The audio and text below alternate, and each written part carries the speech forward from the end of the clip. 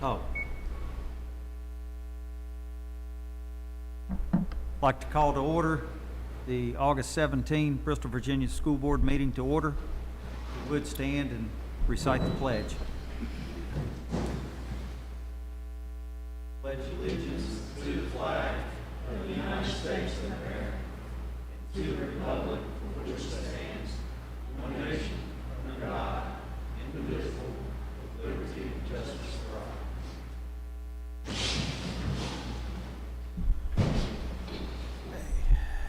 Thank everybody for hanging on with us.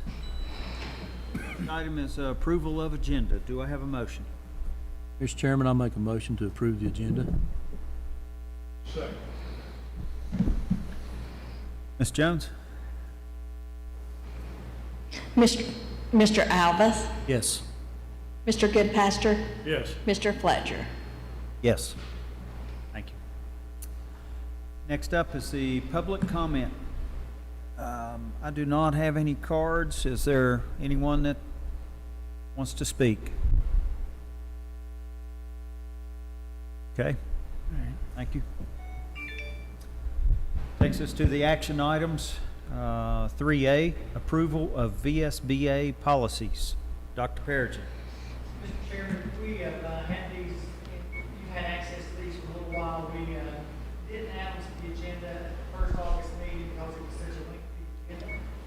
But here they are now. We have the quick summary in the document, because we've also had an opportunity to review the full policy. Almost every one of these are required by code, and we approved prior to the beginning of the school year. Mr. Ritchie is our policy expert and can answer any questions that you may have. Thank you. You want a motion? Do I have a motion first? Mr. Chairman, I'll make a motion for the approval of the VSBA policies. Second. Okay. For discussion. Any discussion? Sure. I'm looking at this GBA/JFHA. It's 19 pages describing harassment. And I just can't get with that. We ought to be able to distill that down into 2 paragraphs. And I think VSBA is just overrun with lawyers.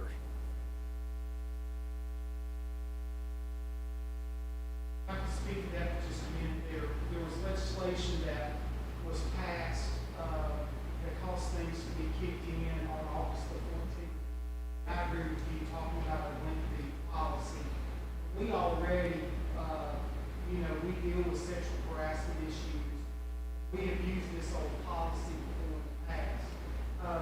And basically what they have done is the law has initiated Title IX against sex discrimination, and that sex discrimination is attached now to sexual harassment. So that's where all of this has come from, is from the new law that's being enacted. For example, there's some expectations that we do some training with our teachers. I'm trying to look at some information to be able to carry that out. But that has been set in place actually to be implemented as of August 14th. That's right. And this is USDOE requirements, and one of the major changes to that is, regardless, in the past, the harassment needed to be reported to our compliance officer before it actually became an official complaint. And the biggest change, and I think the most important change is that now anytime the harassment is reported to any employee, the clock starts ticking. So it doesn't necessarily have to go to the compliance officer. It can be to any employee. Then that employee is responsible for notifying the compliance officer, and that's one of the big reasons that for the required training as well.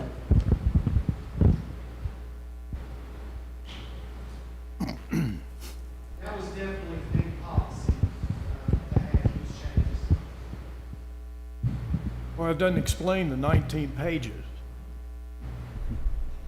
I mean, we could be in compliance with the law and not have to deal with, you know, cutting down forest to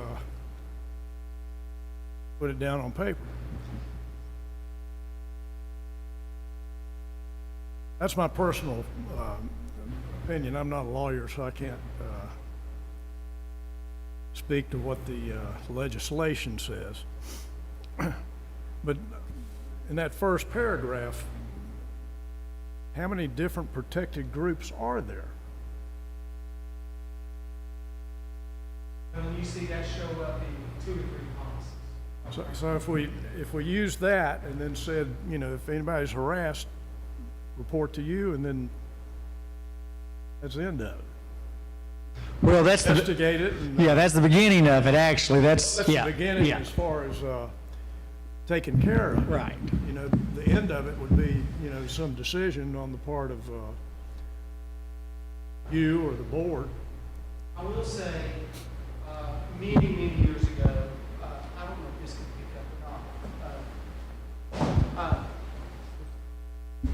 Many years ago, I was involved with an OCR, Office of Civil Rights complaint, and it was unfounded. So, but I mean, it was because we had a ream of paper on the investigation of the matter.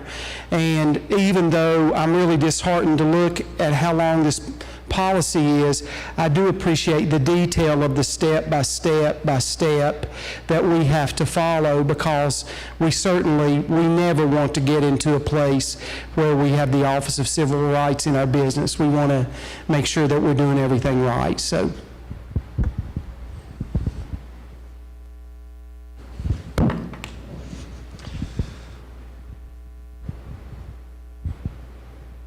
Anything else? Well, I don't have anything. Ms. Jones? Mr. Alvis, Yes. Ms. Master, No. Mr. Fletcher. Yes.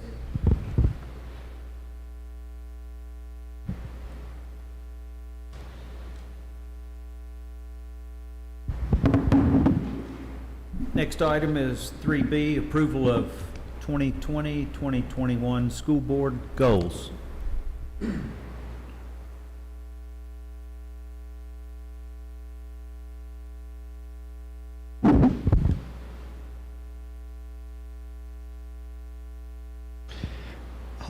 Mr. Chairman, my mouse is not working. There we go. All right. Members of the board, members of the public, I know our board is familiar with these goals because we worked on these goals at our retreat. I'm going to go through those very, very quickly. A lot of those have not changed. Some of those have moved from being a focus goal to a continuing goal, and we've added some new goals as well. Our first goal, and I don't think any of these are in any particular order. However, I will say our first goal is the most pertinent one at this time. We're going to create a safe and healthy learning environment that balances risk associated with COVID-19. We want all of our schools to be fully accredited and every student to experience academic growth. We're going to continue to focus on socio-emotional health of our students, but we also want to focus on that of our staff as well, while considering the secondary effects of trauma. I think the last couple of years we've worked on being trauma informed and then trauma responsive, and I think that we also need to consider the way that trauma that our students has an impact on our staff. Again, we want to retain, recruit, and compensate the best teachers and staff possible. We're going to expand our programs in health sciences at the high school and provide the computer science instruction at all grade levels. As you are aware, we announced at our last meeting that we're now in a partnership with Amazon, the Future Engineer program, and that's going to help out there. And we're also kicking off our full-time health sciences program at the high school this year as well. This is a new goal. We're going to increase focus on providing resources for students of all backgrounds to ensure that our diverse student body has equitable access to opportunities and success. Obviously, we're always going to try to oversee a safe and secure school environment. We're going to explore expanding online learning opportunities for students. Obviously, we're going to be doing some of that as we begin the school year. We're going to investigate ways to attract and hire more diverse faculty and staff. And another new goal that we have is developing partnerships with business and industry and the Chamber of Commerce to promote a school-to-career pipeline that enhances our local economy and workforce. That will end up being our Bearcat Bridge program, and our seniors will have the opportunity to graduate with a seal of the Chamber of Commerce. So when they go to work here locally, our businesses will know that they've met the criteria set forth by our local chamber, in addition to the Commonwealth of Virginia. And then those goals that we continue to work on every year is expanding our programs to make sure that we improve our graduation rate. We did receive word just this past week that we received again the B180 grant. So we didn't get it last year, and we applied for it again, and we did receive that grant. So we will be able to offer the year-long school program to any of our families that want to take advantage going into next summer. Obviously, we've got to continue to focus on our capital needs plan. We're going to look at those. We're not going to have state accountability standards this year. Those have been waived, but we still have to focus on the federal accountability standards.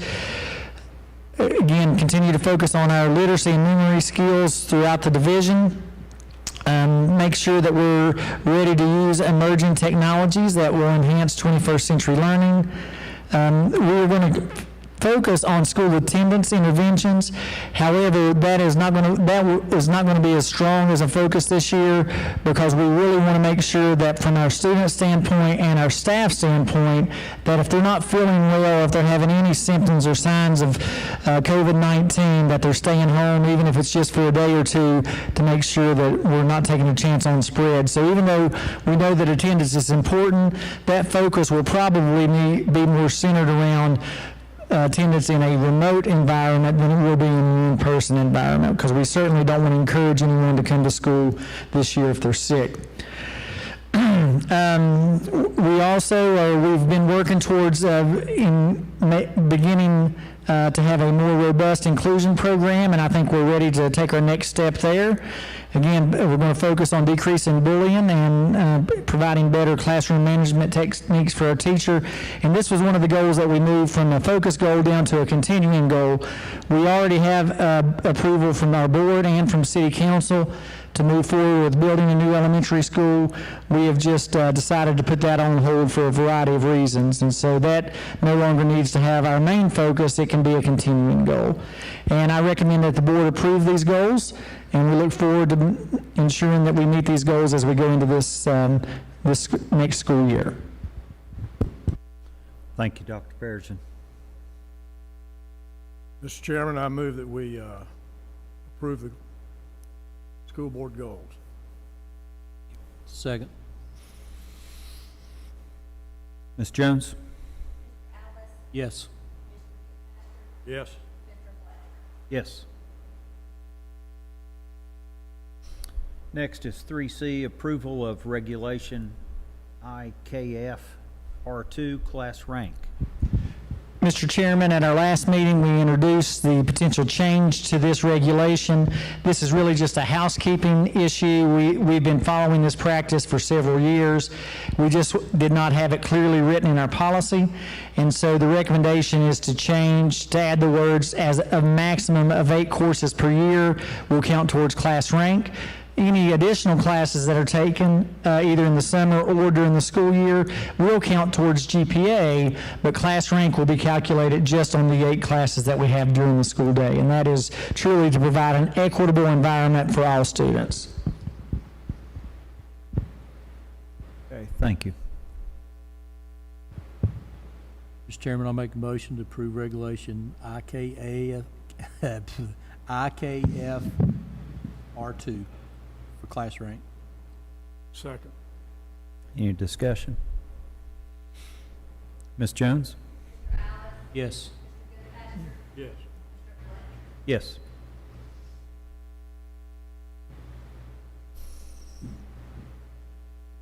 Action item 3D, approval of granting superintendent permission to hire new employees between August 17, 2020 and September 14, 2020 in consultation with the school board. Mr. Chairman, let me first start by commending Mr. Ritchie and Ms. Hudson and our principals for doing a fantastic job and making sure that we start the school year fully staffed. We've had some late resignations that have caused us to have to really work hard to make sure that we have our schools ready to open. And, you know, that very well could happen as we move into the new school year with resignations and or the need to hire additional staff depending on class size numbers. And I really need the flexibility, if the board is okay with me doing that and running those recommendations for hire by you, to be ready to offer positions to, currently it would be just for substitute teachers and for teachers.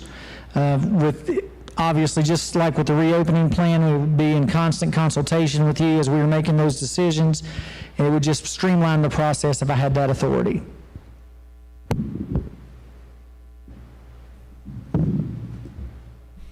Mr. Chairman, I'll make a motion to approve the granting superintendent permission to hire new employees between August 17th, 2020 and September 14th, 2020 in consultation with the school board. Second. Any discussion? Ms. Jones? Yes. Yes. Yes. Okay, item 4, discussion of school reopening plan. Mr. Chairman, just a quick update on opening school on Thursday. I think that we're ready. I think that we're going to make some mistakes along the way. I think there's going to be some bumps in the road, but I do think that we have a great plan and our staff is ready to implement that plan. Very proud of the hard work that's gone into preparing to reopen school, especially under the stressful circumstances that we are going to be opening school. I'd be remiss if I didn't say a big thank you to our employees because I know as we try to do what we think is best for our students and our community, our staff are also taking on a certain amount of risk, and we recognize that and appreciate that, and I can assure you as a board that we're going to do everything that we can to mitigate the risk and also to make sure that our staff are as safe as they can possibly be in our school buildings. I will tell you that a concern that I do have that I don't know how that we fix this is that we really still don't have a great grasp of how many students we're going to have coming on Thursday. We're about probably 600 students short that have not responded to our survey, and so to our division-wide survey. So we've left it to the principals to try to contact those students, and in some cases they've been able to, and they know if those students are coming remote or in person, and in other cases they don't.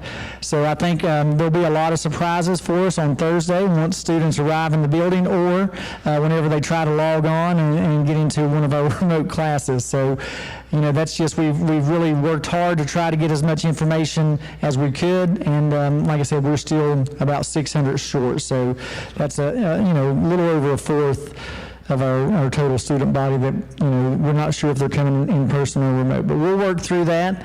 We are working with staff. We have some staff members who, for either health reasons or other concerns, are not ready to come back in person, and we've been working with them very flexibly to try to give them the accommodations that they need, that they can continue to provide instruction, but do so in a way that works with their individual needs, and we'll continue to do that if we can, and it works out for the employee, our students, and the division as a whole. Just a quick update on our health metrics. We were cruising along wonderfully and having either 0 or 1 new cases a day. And actually, we had a good chance of being in yellow or green, and almost every category had things went a little bit differently today. We did have 8 new cases in Bristol. However, the good news about that is that we've had so few cases on other days that when you compare our data to August 3rd, when the board first made the decision, and then also to August 12th, when we reevaluated the data, we're still doing better than both of those days in almost every single category. And so that is, I think it's very promising. We'll just continue to watch that data, and we will be all fall along. And, once we get into that area where, the health department is not comfortable with our plan of having students in our building, then we'll make adjustments and do, whatever that next step is, whether it's an alternating day hybrid or going fully remote. I'll also tell you some new information that we're looking at. Other states are using recommendations out of Harvard about how to look at the 100,000 cases. That's one of the metrics we're looking at, the number of new cases per 100,000 people on a 7-day and then on a 14-day standard. And Tennessee and Virginia are looking at that as, once you get to 10 or once you get to 11, that kind of puts you in the red area. Harvard and other states, though, are using a different standard, and actually they've added an orange in there. So they have a green, yellow, orange, and red. And if you look at that by any of Harvard's standards and the other states that are using, and when we look at some of the Tennessee standards, we are in yellow, orange, or green in every category. So I think that our metrics are holding. We'll continue to watch them daily. I'm clicking refresh every morning at 9 o'clock as we're waiting for the Department of Health to give us new numbers, because it's just going to be that kind of fall.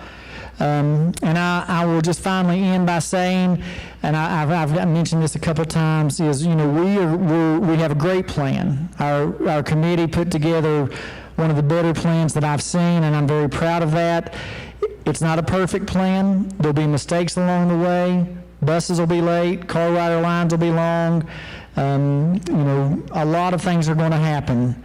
Our technology won't work perfectly, and so we are just asking our community and our parents just to give us a little bit of extra patience as we work through our plan, and give us a little grace when things don't go the way that we want, but continue to keep us in our prayers, as I know that each and every person in this room will be doing as we start our new school year.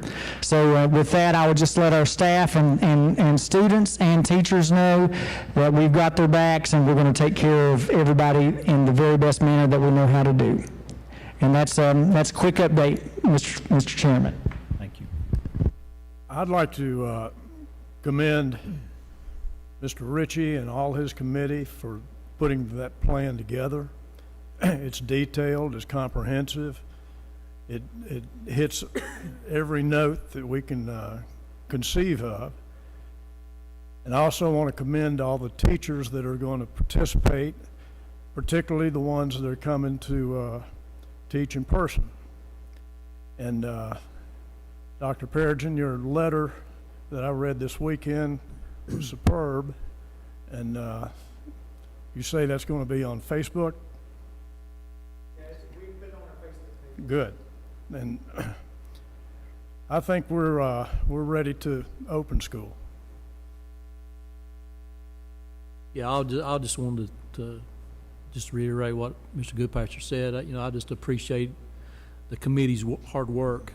While we think we've covered every basis, I'm sure there's one little stone that hadn't been unturned, and but we'll work through that. And just as restaurants and places like that started opening up with not as much staff, and ask for patience, and I think that's what we ask for too from our community. Things, it's an adjustment for everyone, and I appreciate our teachers that are coming back in person.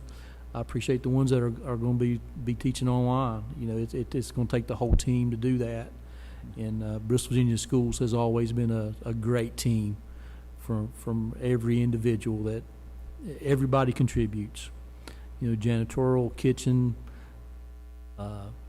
bus drivers, everybody. And I know I've left people out, and I hope they don't get upset with me, but it takes everyone. And I just appreciate everyone's effort, and we will get through this. We will survive, and I think the kids are excited. And just from a bit of experience, my grandson started back this past Monday. Went to a week of school, and I'll just tell you the difference it made having structure for a week. is remarkable. And our students need that, our parents need that, and you know, I'm excited for our kids to get back in the building. Well, it's hard to top both of those, but, you know, we've been working on this since March, really, trying to put this plan together, and, I mean, it's incredible, the job you all have done. And I also like to really appreciate the teachers' willingness and working together and their flexibility and just on and on. And also the students and the parents and bus drivers, maintenance, everyone. And it's been a big snowball come together. And job well done. So I'm excited for Thursday, and I think it'll be, in a few days, I think it'll be second nature and business as usual. I think we'll be Thank you. surprised at the turnout. I'm hoping. I hope we were pleasantly surprised. Well, and you know, there's other systems out there that are going a different direction, and there are others that are going our direction. So I just pray for everybody. I mean, really, there's no, like I've said before, there wasn't a playbook to pick up and follow. And so I'm excited for us. Oh, I'm sorry, one other thing. We've had some great community support throughout this process. There's a group of ladies who get together and sew, and for littles, you know, being difficult to wear masks, they've actually made about 400 of these masks. They sew them with their cute little characters. So we'll have this in addition to the ones that we purchased. And also, we received from Wilson Athletics, these were cut from the same cloth that the Atlanta Braves are using for their Gators. They had some leftover material, and they sent us about 700 and some of these for our little guys as well. So, you know, just additional community support, we really appreciate it. That's great. That's awesome. That's awesome.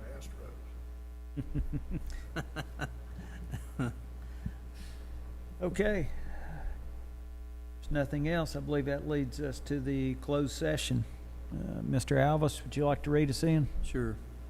Pursuant to Section 2.2-3711A1 of the Code of Virginia, I move that the board convene a closed meeting for the purpose of discussing the following matters. Discussion of personnel is authorized by Section 2.2-3711A1 of the Code of Virginia, specifically discussion of certain personnel, recommendation for employment, and resignations. Second. Ms. Jones? Yes. Yes. Yes.